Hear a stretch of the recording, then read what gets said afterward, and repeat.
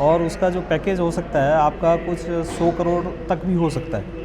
मतलब वो लिमिट आपकी खुद की अंदर से होती बड़ा मुद्दा आज हम राजस्थान की बात करें, आप एज ए इंजीनियर, सौर ऊर्जा क्या राजस्थान के लिए ग्रीन एनर्जी है आपके नज़रिए में? इसमें इंजीनियर जो है सेकंड सेमिनार हम कह सकते हैं जो नोखा के अंदर आयोजित हो रहा है। हमारे साथ हैं भंवर लाल जी। भंवर लाल जी, थोड़ा सा अपना परिचय दे दीजिए। हाँ, मेरा नाम भंवर लाल जांगू है जी मैं रिडमल नगर भोजापुर पीलवा से हूँ। जी और मैंने इंजीनियरिंग किया था इलेक्ट्रॉनिक्स एंड कम्युनिकेशन में MBM से 1997 में। और उसके बाद में किस सन में किया था आपने? 1997 में। 1997 में। अच्छा, उसके बाद में? उसके बाद में फिर मैंने जो उदयपुर में एक कैंपस प्लेसमेंट से जॉब ज्वाइन की थी उदयपुर में सिक्योर मीटर्स लिमिटेड में। और 5 साल वहाँ पे काम किया था। फिर उसके बाद में मैं हैदराबाद चला गया। तो वहाँ अमेरिका की एक कंपनी है जनरल इलेक्ट्रिक करके, उसमें मैंने वहाँ पे 10 साल काम किया था अमेरिकन लोगों के साथ में। अच्छा। और उसके बाद में फिर मैंने Larsen and Toubro LNT Mumbai में deputy general manager design electronics product design में ज्वाइन किया था। उसके बाद में फिर मैंने स्नाइडर इलेक्ट्रिक ज्वाइन किया था।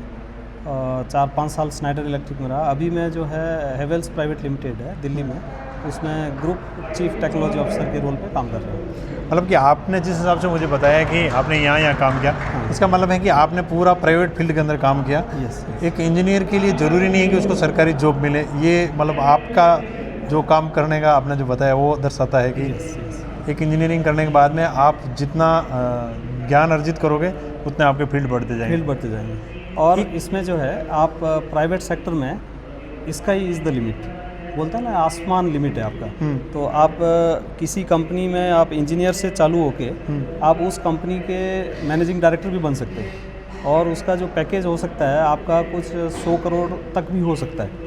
मतलब वो लिमिट आपकी खुद की अंदर से होती है, अंदर से, वो बाहर से कोई लिमिट नहीं है। डिपेंड ऑन योर आपकी लीडरशिप क्वालिटी, आपकी टेक्निकल कैपेबिलिटी और आपकी जो सोचने की क्षमता, आपके लगातार नई चीज़ें सीखने की कैपेसिटी, वो उन सब पे डिपेंड करता है।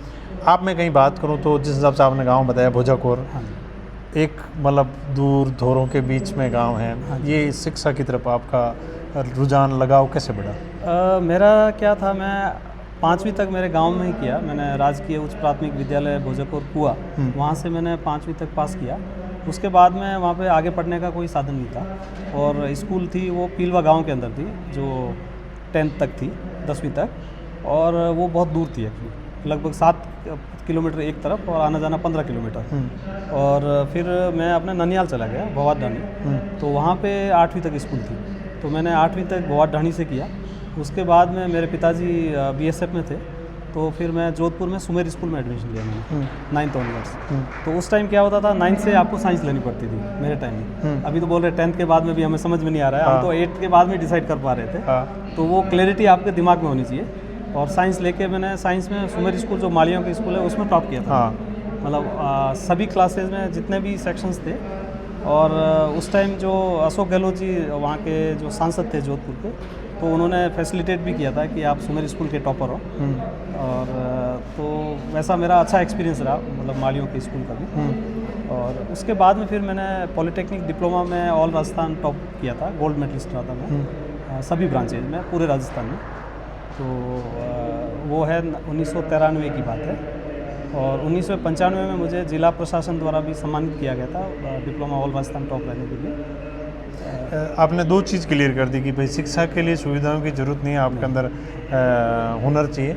और मतलब आप में लगातार वो एक जज्बा चाहिए। जज्बा, और जो लगातार बोलते हैं ना आप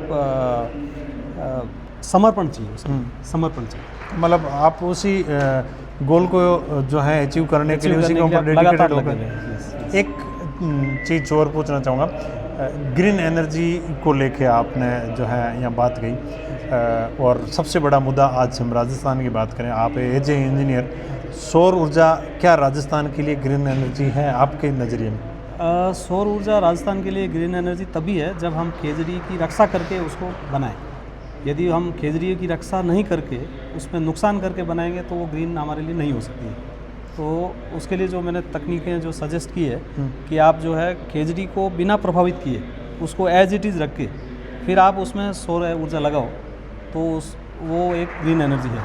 बट पर्यावरण का नुकसान करके आप ग्रीन एनर्जी बना रहे हो तो मतलब आधा तो नुकसान आपने पहले ही कर दिया है। तो आपको पर्यावरण बचा के आपको ऊर्जा उत्पादन करना है। जिस हिसाब से खजरी का दोहन करके ग्रीन एनर्जी के नाम पे सौर ऊर्जा को डेवलप किया जा रहा है, एज ए इंजीनियर आपको भविष्य क्या दिखता है राजस्थान के तापमान का? यदि दोहन करके बनाएंगे तो भविष्य राजस्थान का उज्जवल नहीं हो पाएगा, तो हमें दोहन को रोकना ही पड़ेगा। और उसके लिए जो अल्टरनेट उपाय है, जैसे कि आप सौर वृक्ष, जो सोलर ट्री, वो कंसेप्ट अडॉप्ट करो, या फिर आप जो स्ट्रीट लाइट जैसा पोल बना के उस पर ऊपर लगाओ सोलर पैनल, तो उस केस में जो है वो जो आप खेती भी कर पाओगे और साथ ही साथ आप सौर ऊर्जा का भी उत्पादन ले पाओगे, तो वो दोनों तरह में सस्टेनेबल है।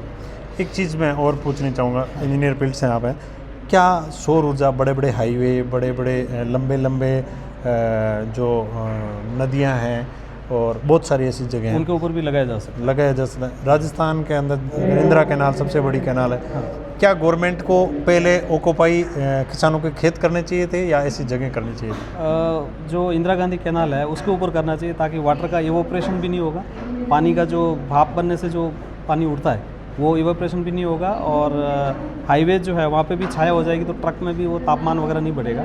तो ऐसे जो है रेलवे ट्रैक्स है, तो रेलवे ट्रैक के चाइना में तो ऐसी टेक्नोलॉजी आ गई कि रेलवे ट्रैक के जो नीचे खाली जगह है उसमें सौर ऊर्जा के पैनल लगा रहे हैं, और वही ऊर्जा जो है रेलवे के ट्रेन चलाने में काम ले रहे हैं। और हाईवे के ऊपर भी इवन सोलर पैनल लगा के वो यूज़ कर रहे हैं। जो सड़क है उसको भी सोलर पैनल से ही सड़क बनाती है। तो ये चीज़ें पॉसिबिलिटी है, बस कम खर्चे के, कम लागत के ऊपर उस पर थोड़ा इनोवेशन करने की ज़रूरत है, खर्चा कम करने के लिए, क्योंकि वो चीन में सस्टेनेबल कर दी उन्होंने, तो वो टेक्नोलॉजी तो चीन में अवेलेबल है।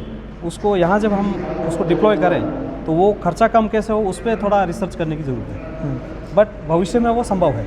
बहुत सुंदर। ये जो इंजीनियर समिट बिजनेस समाज, इसके बारे में आपका क्या कहना है? ये बहुत ही अच्छा इनिशिएटिव है, जो पिछले वर्ष 2024 में 21 दिसंबर 2024 को जोधपुर के चंद्रायन में जो शुरू हुआ था, और ये उसका दूसरा संस्करण है।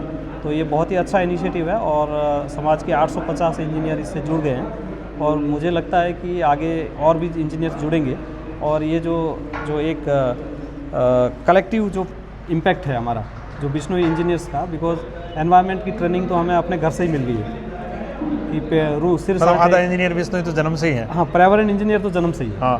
पर्यावरण इंजीनियर सिर साँठे रूख रहे तो भी सस्तो जान। हाँ। तो ये तो शिक्षा हमें माँ अमृता देवी ने पहले ही दे दी है, और वो हमारे घर के संस्कारों से ही आ रही है, और बाकी जो टेक्निकल पार्ट है वो हमने कॉलेजों में सीख लिया है। तो हम जो है दूसरे इंजीनियरों से ज़्यादा एनवायरमेंटल इंजीनियर बेटर हो सकते हैं, और पर्यावरण का हम केयर करेंगे, क्योंकि वो हमें घर से ही अपना संस्कार मिला हुआ है कि पर्यावरण को रक्षा करके ही हमें काम करना है, पर्यावरण का नुकसान करके हमें काम नहीं करना है। बहुत सुंदर। आप इंजीनियर बनने के बाद में पहला इंजीनियर आपको बिश्नोई कितने समय बाद में मिले थे? किसी बिश्नोई से आपका मिलाप हुआ कि वो भी इंजीनियर है, मैं भी इंजीनियर हूँ? हमें जो है भागीरथ जी जो मिले थे मुझे, वो उदयपुर में मैं जब सर्विस करता था, मेरा जॉब लग गया था उदयपुर में, तो भागीरथ जी खवा जो है एडिशनल चीफ इंजीनियर है, तो वो वहाँ पे उस टाइम उदयपुर में थे, उन्होंने उदयपुर से इंजीनियरिंग किया, तो वो मुझे पहले वहाँ मिले थे, और हम काफ़ी अच्छे मित्र भी हो गए वहाँ उदयपुर में, क्योंकि वो भी काफ़ी समय रहे, मैं भी रहा, और तो पहला मतलब बिश्नोई इंजीनियर से मेरा वहाँ मिलना हुआ। कैसा फील हुआ था उस टाइम? बहुत ही अच्छा एक्चुअली। उस टाइम हम साथ में भी गए थे, हमने डिनर भी साथ में किया था, फिर उसके बाद में जोधपुर में भी हम कई बार मिले। तो बहुत ही अच्छा अनुभव हुआ। बहुत सुंदर। थैंक यू, बहुत बहुत धन्यवाद। धन्यवाद आपका भी, बहुत बहुत धन्यवाद।